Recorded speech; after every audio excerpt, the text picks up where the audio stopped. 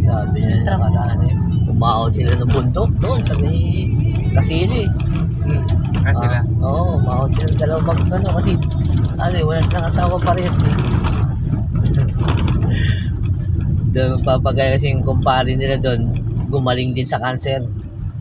May taning na yung buhay, doon gumaling. Doon gumaling, Oo. mag-akit sa bundok. Oo. Kaya umakyat din sa bundok. Umakyat din sa bundok. Eh ngayon, nagsalitaan na siya uli. May tumor na naman na tumutubo sa dalawang biyak na eh. Cancer kasi yun eh, no? Oo.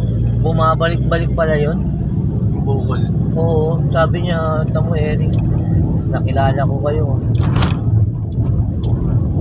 Papasalamat ako.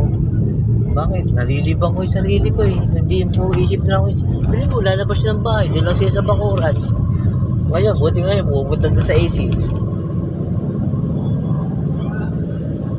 Diba? Parang nagkakaroon siya ng lakas.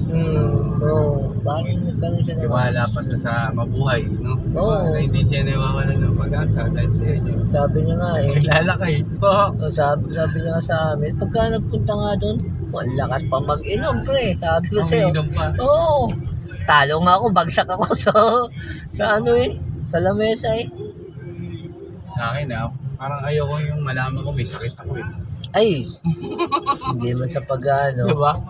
Hindi man sa pag-ano. Yung papacheck up ka pa. Di na, yung... Diba? Nagpabibi Talaga nga. lang naman tayo mapupunta. Sabaga tayo naman lahat. Hindi talaga doon din mapupunta. Yeah. Tingnan mo ako, nagpabibi ako sa kanya. Naman lagi na masakit ulo ko. Isipin mo yan, ba't yung may Samantalang hindi ako nagpabibi. Hindi sumasakit yung ulo ko eh. Nagpabibi ako lagi ng masakit ang ulo ko. Sabi ko, high blood talaga ako. Nung hindi ako nagpapabibi, wala akong nararamdaman eh. Nagpabibi ako, naku po. Patay ka ako.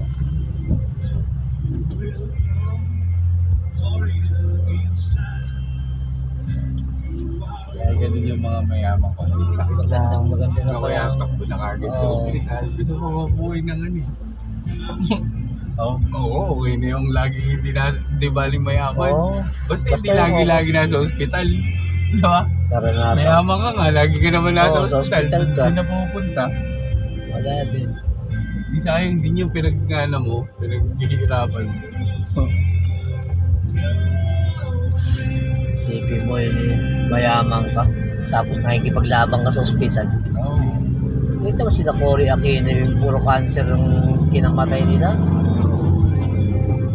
Si Cory Aquino na yan. Magkano dito, mababata pa din yun. Mga sakit sa kayamanan eh.